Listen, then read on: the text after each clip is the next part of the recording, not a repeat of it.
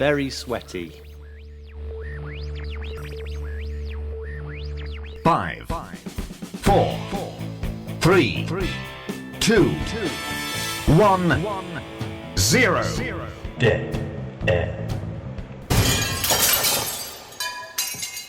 Hello, everyone, and welcome to the Dead Air Podcast. I'm Nick. And I'm hot. And that is Rob. We are very hot this week because the studio is absolutely sweltering. Can I just say something? Go on, then. I like my temperature to be warm and I like it to be cloudy. Right. I don't want sun and I don't want heat. I like it when I want it's... warm and cloudy. Yeah, I like it when it's sunny but not hot. You like to be burnt. No, I like the sun to be shining. Right. I think it makes everything look nicer. But I don't like the heat. How about cloudy with a bit of sun and warm? Yeah. We can't pick the weather, though. But we can pick the news.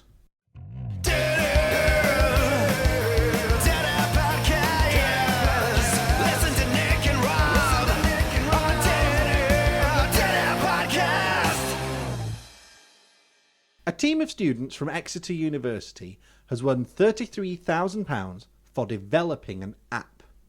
Now, can you guess what the app is, Rob? Is it a map? Nope. Dating? No. Weather? Nope. How big a tree grows? No. Spirit level? Nope. Giving? Well, they've come up with a way for an unlimited number of people to listen to the same song at the same time as each other. Isn't that called a radio? Exactly. So they've made a radio. That's what I thought. When I read this, I was absolutely incredulous. I thought, why? Why have they been given £33,000? People have been doing that for the last 100 years. TVs, they do that as well. Radio can play music and everyone can... So, what? We might as well make an app that does something that can already be done. Calculator. How about a phone app? We'll make an app that you can phone people with it. Can I have that in my tablet?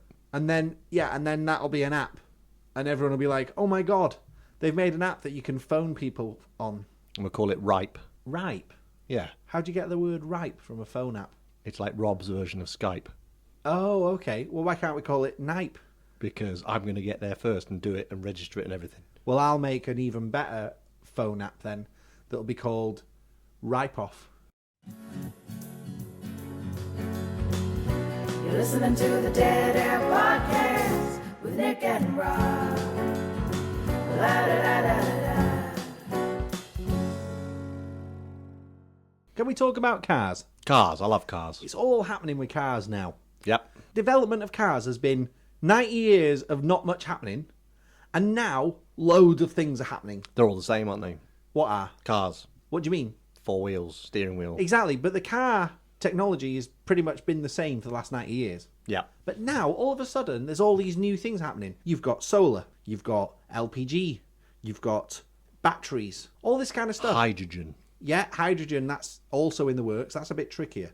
But it's all sort of happening now, you know, it's a very interesting time. And I was thinking the other day, I was at the petrol station, and I was putting petrol in, and I was thinking, there must have been a time when there weren't that many petrol stations, and you couldn't really go very far because there wasn't petrol availability. Do you know what I mean? Yep. I mean, I'm talking back early when cars were just starting out. So it'd be like a chicken and egg thing. Yeah. You've got a car, but you can't get any petrol. Exactly. It's too so far away. If they made, right now, a really good battery-powered car... You'd have to go all the way in your petrol car to get some power for Yeah. it. What they need to do is get it to the point where you pull up at a battery station, right? Yeah. And in there, there's just rows and rows of ready-charged batteries. You pull up, you take a battery off the rack and put it in, and you put the empty battery back on the rack, and it gets charged for the next person. That's a good way of making money. That's what they need to do, right? Yeah. But in order to do that, it's going to take maybe 10 or even 20 years to get to that point. What about fast charging? Well, there's loads of work going into this, isn't there? But, you know, cars are heavy, and then you stick a couple of people in the front of them and a couple of kids in the back and a bunch of shopping in the boot, and all of a sudden you're talking about, you know, massive demands on battery. So now it's all sort of combo stuff where they've got a bit of battery power and a bit of Hybrid. gas. Yeah, that kind of thing. But we're getting there. What I'm saying is we are getting there, and it's a very, very exciting time for, you know, I think cars. Renault and Nissan are doing the most amount of work, I think. The price needs to come down as well. They're not 'cause- that bad. Well, if you buy a new Volvo, they're pretty cutting edge on the on the old eco stuff, and it's about 20 grand more than a Yeah, but those are conventional. hybrids. I'm talking about the full electric, no petrol, no nothing, just electric. Oh, like the Leaf. The Leaf and the, Yeah. the Twango and the Twizy or But they whatever. don't go very far. That's the problem. You see, you always Yeah. come back to this problem of range. They need to enhance this stuff with But if you don't do solar any and more than 50 miles a day, then you should be covered. things. Well, we'll see how it goes. But what I'm saying is, very interesting time. Over the next 10 years, we're going to see some really cool stuff happening with cars. But there is one thing I want to complain about. We're not going to see flying cars. Why not? Well, I was a child of the 80s. Yep. So one of my favourite films of all time was Back to the Future. Mm-hmm. And in Back to the Future 2, which came out in 1990, we saw in 2015 that everyone was flying around in flying cars. Yeah, we've still got a couple of years left to We've go.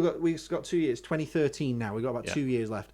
I don't think they're going to invent a flying car in the next 2 years. I'm sure they'll invent one, probably make a prototype. But Well, hopefully we will. Can we also get those shoes that zip themselves up?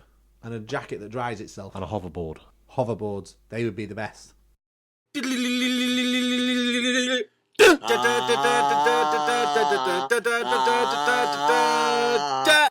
First one is Man of Steel. Yeah. This is a bit late. We haven't done a podcast for a couple of weeks because the studio has been too hot. We couldn't sit in it for more than 5 minutes. But we went to see Man of Steel 2 weeks ago. I thought it was brilliant. What did you think? I thought it was a brilliant film, but totally unrealistic. It was a bit over the top. I mean, Superman basically trashed planet Earth. Yeah. It was all his fault. It was almost like they went to the people making the film, the studio went to the people making the film and said, we want you to turn everything up to 11 in this. We Yeah. want loads of The explosions. Superman bit, I believed. Yeah. But Superman flying into skyscrapers and knocking them all down, I thought that's a bit silly. Yeah. I think He Superman... killed loads of people. He flew into petrol stations, blew them I up. don't know if he killed people. What? All these people in those buildings all got out. We don't know. It was all a bit vague, that sort of thing. I think the problem nowadays is that there's a perceived demand from the point of view of the studio that they think that people want to see buildings collapsing and everything blowing up. So the filmmakers kind of have to deliver that. But you're right, it is ridiculous. Well, then let the bad guys blow them all up.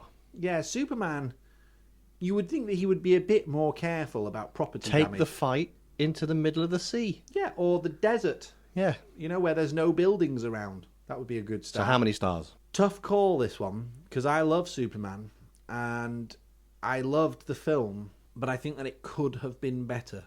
So I'm going to say 4 stars. I was going to say 4 stars.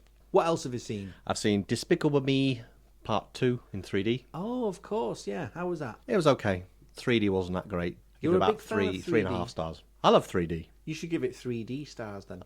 Yeah, I'll give it 3D stars. What about the Monsters University? 4 stars. 3D as well? 3D and that was stunning. Next level of 3D cartoonage. When you review a 3D film, how much of the 3D goodness is making up the score against the story and stuff? Well, if the film is labelled a 3D film and it's not just a poxy conversion by the film studios to cash in, Obviously. then you have to judge the film on its 3D-ness. But if the story isn't very good and the film isn't very funny, but it's still got amazing 3D. That would definitely have an effect on the score as well. Okay, so is Monsters... I would say that the 3D-ness would probably give you an extra point either way. Gotcha. So is Monsters University a good film, even if it wasn't in 3D? I would say it'd be probably a 3.5 star film, but the 3D in it is very good, so it pushes it up to a 4. I got it. I'm understanding now how your brain works. I want to talk about Quartet as well. Okay. I finally got to see that the other day. Tell me about it. Well, Quartet's one of them, I call it an arty film. You have to be that type of person to watch Quartet. I think I know what you Sunday mean. afternoon, nothing on telly, it's raining outside, watch Quartet. Mm-hmm. It's all about these 4 people in a retirement home. Really? Yeah. 4 people? 4 Interesting. people in a Never quartet. would have guessed. Yeah. And they're putting on a show, Yeah. a bit of opera singing. And it's all about them getting back together after all these years and doing this one piece at the end. Okay. Well, I'm going to ruin it for everyone because they don't do that one piece at the end. Oh, dear. You get to the very bit where they're just about to do the piece at the end, and then the credits roll. Billy Elliot's a bit like that, isn't it? Well, you get to see him tap dancing. at No, the end. right at the end of the film, doesn't it just finish before you get to see him dancing? Well, even if that's true, and I don't remember it being that way, Or maybe I'm thinking of a different film. but let's just say in Billy Elliot, you got to see him tap dancing and, Yeah. and dancing in his bedroom. Well, this film, they sort of cleverly did it so they muted the sound when they were singing and all that all the way through. So you think at the end I'm going to actually get to hear them singing, Right. and they didn't. So how many stars does that get? A 2. Oh dear. So Quartet not worth watching then. Not worth watching at all. Probably best just to go on YouTube and watch a video of people singing. Yes. Okay, good. Now we have some movie news. We don't have movie news usually, but we got movie news. Arnold Schwarzenegger has confirmed that he is up for doing a remake of Terminator. That means he's going to be redoing the original Terminator. Yeah, this is not a sequel. This is a reboot of the franchise, going back to basics. So you can have Sarah Connor, Kyle Reese, and the Terminator. And obviously it'll have modern special effects. But the question is, do you think Schwarzenegger is too old to pull it off? That's the question. No, I don't think so. Well, that's what we're putting out to our Twitter listeners. Is Arnie too old to play the Terminator? Let us know what you think and we'll tell you the results in the next podcast.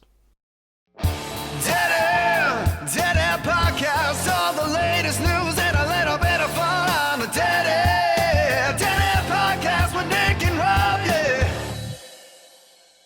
Right, here's a question for you. Always wanted to know this. Why can't you get a locksmith to come and put the same lock on your house, on your shop, on your car, on your holiday home in Spain, you know, on your safe? Basically, the same lock everywhere that has a lock, and you just have one key that just opens everything. I think you could have it on the same style of thing. So if you had a door on a house and a door on a building, I think you can definitely do that. Well, surely that's the But answer. it'd be very hard to put a Yale lock on a car. All right, maybe not on a car then. But certainly you could reduce the number of keys down from Oh yeah, definitely. 50 to about But 3. if you got burgled and they found your keys and they did a bit of checking on where you worked and all the rest of it, I suppose they would be able Come to open on, everything. you're stretching it a bit now, aren't you? Well, you never know. Look, They're a lot cleverer, these criminals, than they if used to you've be. got one key Yeah. instead of a big bunch of keys, Uh-huh. it's going to be a lot easier to put that in a safe place. Yeah. So you're less likely to have it stolen. But if you lose that one key, you'd have to replace every single lock on everything you had. Well, no, but you just would never lose it. Why Oh, would you okay. lose your key? Well, that's a good If you point. lost that key, you would never be able to get into anything. You would make sure you didn't lose that key. Yeah, but you have a spare. But so yeah, all right. Well, people lose things, don't they? Yeah. You know what? People, they make. If it life- wasn't for people... it wasn't for people, the way things are would be so much better. Just imagine if you and me were in charge. No speed bumps, Yeah, but it will all have one key for single everything. lock for everything. But you know what, right? I don't think you even need to lock. You your know house those anymore. films that you see on telly where they have to break into the building and use palm prints, a retina scanner, and all the rest of it? Yeah. With under your system, they'd got into the house and nicked his car key and then gone to his place of work, opened all the doors, got into the building and nicked the DNA, and end of film. Yes, but the thing is that if you are a professional burglar, no lock is going to stop you anyway. So it's It would be a lot harder for that professional well, yeah, burglar. but if you've got a lock, If you on didn't your- have a what- if somebody wants to get into your house, they will figure out a way of getting in. Well, you just go through a window. Exactly. So locks, really, they're just to give you a bit of peace of mind, aren't they? To Or be do you honest. really want to know the best way to burgle a house? Go on. Is this a Rob's top tip on how to burgle? Yes. We should have a jingle. Okay. This is the moment.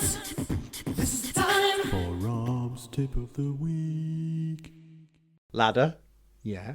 roof, Right. take some slates off, Yep.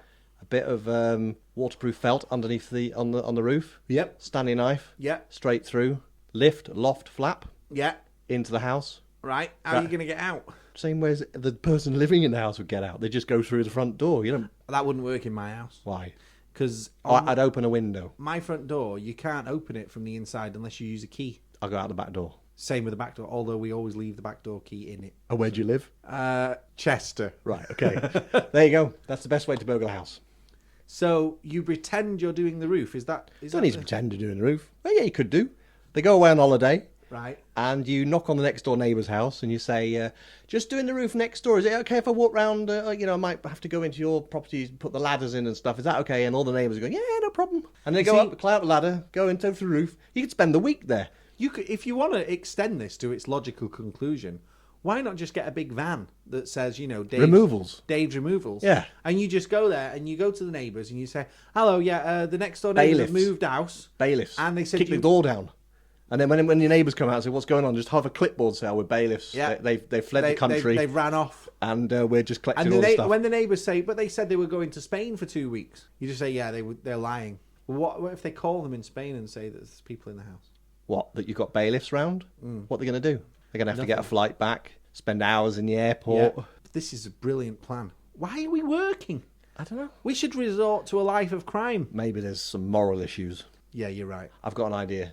Is this a new business venture? Just to cover ourselves, to Go make on sure then. no one gets burgled Okay. through the roof. Yeah. It's very dangerous, health and safety. You might catch a nail on the way through, get a gash down the side of your stomach, and Also, it all goes septic, and then attics are dirty. yeah, Dusty spiders. places. Ooh. Yeah, you don't want to be doing Putting that. me off straight away. I think it's better just to get a job. Yeah, It's much nicer. And you'll feel better as well because you'll be working for a living. although our neighbour does have a better telly than us. There's always someone with a better telly than you. Remember that? Usually curries. I went to a telly shop in New York and they had 80-inch tellies there. You couldn't get that in a house. It wasn't a telly shop. It was like an electronic shop. Yeah. It was like the American version of Comet. May you rest in peace. How big do you think you could go before you couldn't get a telly in the house? Think about a mattress. You take a mattress in the house, you have to fold it in half to get up the stairs and all the rest of it. There's got to be a point where your telly gets so big that you physically couldn't take it upstairs or take I it round. know. Well, an 80-inch telly is probably about the limit. I've always thought door designs on houses are always a bit rubbish because when they design houses, if I designed a house, I'd make it so you could easily get the furniture in and out. That would be my. You need a sort of furniture rule of- flap. You need some way of easily getting stuff in and out because it's a nightmare, especially if you've got like a big sofa. Trying to get them into a house is just diabolical. I feel the podcast is wandering somewhat. Let's bring it back down to reality. Sitting in my room with my headphones on, I listen to Nick and Rob and my troubles are gone. I hear Dead Air, the Dead Air Podcast Show.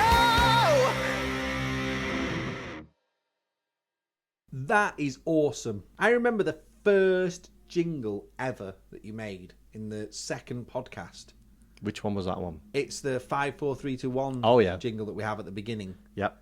And my reaction to that was almost the same as my reaction to this. Really good. How did you make that one? I didn't. So what's the story? I've got this guy that Yeah. does all our jingles for us now. Ooh, sounds good. Yeah, you owe me 300 quid. Okay, no problem. I will give it to you next week. I've got some roofing jobs to do over Okay. the weekend. Right.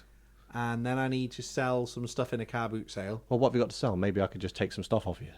Telly, video, What size of telly? oh, I don't know yet. Microwave oven, things that would fit through the attic opening. Right. Let's wrap up. I didn't get Henry Cavill.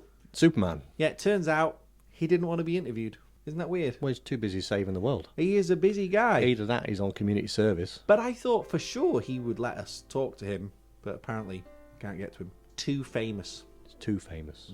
Okay. Who are we interviewing next week? No one. I'm sick of doing interviews. Everyone is too famous. We have got a very, very big interview coming up soon, though. Are we talking about the that person that lives in the same house as that other famous person? Yeah. And that is very, very special because we're going to go all the way down there to interview We better do it him soon or her. because they're coming all the way up here soon. Well, we'll think of something. But for now, we'll just say thanks for listening to the podcast. Do your Twitter things, you know. Yeah, we're on Twitter at Dead Air Podcast, Facebook /Dead Air Podcast, website www.deadairwebsite.com, Yep. and Nick's phone number is 1, 2, 3, 4. there you go. Yeah. My phone number is on the internet if you look for it. It's out there. It's out there. Yeah. Hey, do you remember when Paul Daniels said that his number was out there? Was it? Yeah, that's what he said. I've got his number, you know. Well, ring it now then. Well, I'm not going to ring it now because he's probably busy, but I'm just saying I have got it. We'll see you next week. Bye.